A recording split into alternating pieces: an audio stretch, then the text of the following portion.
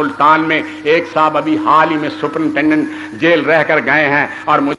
غالباً کہہ رہے تھے کہ وہ سائی وال میں تبدیل ہو گئے ہیں. چودھری نذیر اختر ایم اے ان کا نام ہے. وہ زمانے میں کراچی جیل میں سپرنٹینڈنٹ تھے اور جب میں نے جناب بھوک ہڑتال کی اور اس ختم نبوت کے سلسلے میں جب میرے لیے کوئی نہ مقدمے کا راستہ تھا، نہ عدالت کا راستہ تھا، نہ انصاف کا راستہ تھا، نہ فریاد کا راستہ تھا اور سوائے اس کے کوئی راستہ نہیں تھا کہ میں نے کھڑے ہو کر عدالت میں کہا تھا کہ تم اپنے جبر پہ نازاں ہو، وقت سے پہلے ہمارے صبر کی افتاد ناگہاں سے بچو، اور بچا لیا تمہیں توپوں نے اور تفنگوں نے، مزہ تو جب ہے کہ مظلوم کی فغاں سے بچو. چنانچہ وہ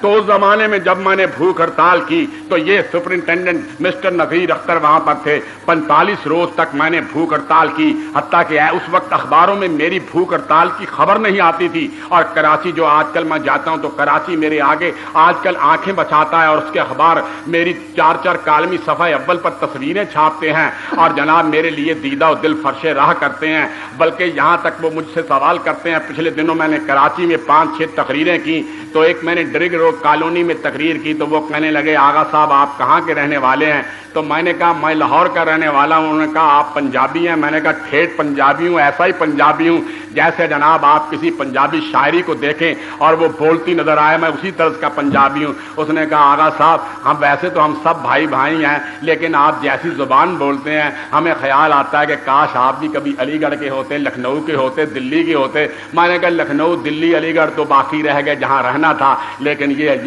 علاقہ اب بھی باقی ہے اور اس میں اب بھی اسلام کا نام گونجتا ہے اور آپ اور ہم سب اکٹھے ہیں. میں بات یہ اس لیے کر رہا ہوں کہ وہ خون جب میرے اندر جوش مارتا تھا اور میں نے 45 دن کی بھوک ہڑتال کی اور میری نبضیں ڈوبنے لگی اور یہ کراچی جو مجھے آج اتنا خراج ادا کرتی ہے، میری بیوی اور میری بچیاں، آپ حیران ہوں گے، میری بیوی اور میری بچیاں جن میں ایک گریجویٹ تھی اور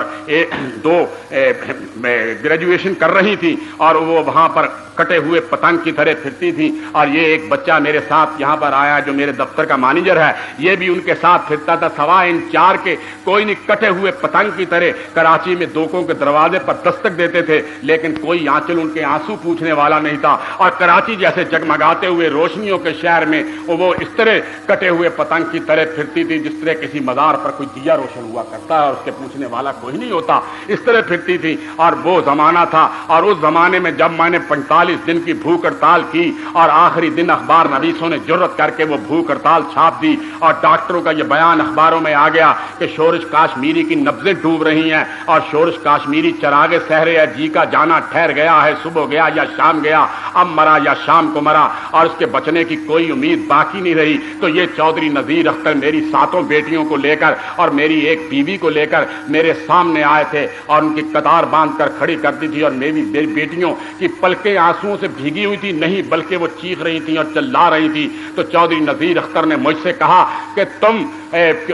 شورش میں تم کو دوستی اور بھائی چارے کے طور پر کہتا ہوں کہ تمہارا ظالموں سے واسطہ پڑ گیا ہے، تم یہ بھوک ہڑتال چھوڑ دو، یہ قوم تو تم کو زندہ باد کہہ کر بھول جائے گی، تمہارا نام لینے والا ان بچیوں کا کون بنے گا؟ تو مجھ کو یاد ہے میں نے ان کو کہا تھا، اس سے آپ پوچھ سکتے ہیں، میں نے کہا تھا ان 7 بچیوں کا اور اس ایک بیوہ کا وہ محافظ ہوگا جس نے اس کو پیدا کیا ہے اور اس کے سوا ان کا کوئی محافظ نہیں ہوگا. میں جہاں جا رہا ہوں مجھ کو جانے دو. لیکن وہ بھی زمانہ آیا کہ پھر اسی رات مجھ کو تاروں کی بھرمار ہو گئی. نواب زادہ نصر اللہ خان محمود علی قصوری اور یہ جتنے ہمارے چودھری محمد علی میاں ممتاز دولتانہ غرض کے کوئی 250-300 تار اور جس میں ہمارے یہ مفتی محمود بھی تھے اور جناب وہاں کے دین پور شریف کے مولانا کیا عبد الحادی بھی تھے اور عبداللہ درخواستی بھی تھے. انہوں نے تارے دیے کہ ہم اسلام کے نام پر تم سے کہتے ہیں تمہاری زندگی کی ہم کو ضرورت ہے، تم بھوک ہڑتال چھوڑ دو. آج یہ گالی ہم کو دیتے ہیں، ہم کو اور نصر اللہ خان کو، لیکن ذرا سوچو انہوں نے اس زمانے میں ہمیں تار دیے اور نصر اللہ خان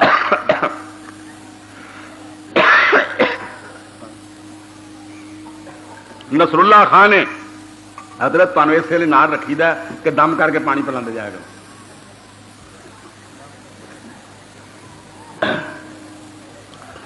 تو نصر اللہ خان نے اسی وقت میرے پاس